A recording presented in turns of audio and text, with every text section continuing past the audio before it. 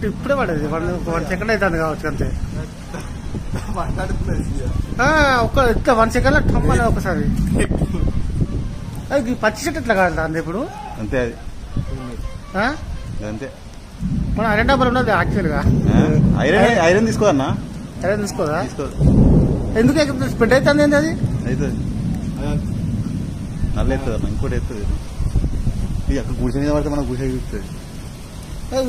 అవుతుంది పెరుగుతుంది ఇక. కుండ పట్టదు ఒకటి మన కండ పడుతుంది. మళ్ళీ కూడా పడాలి.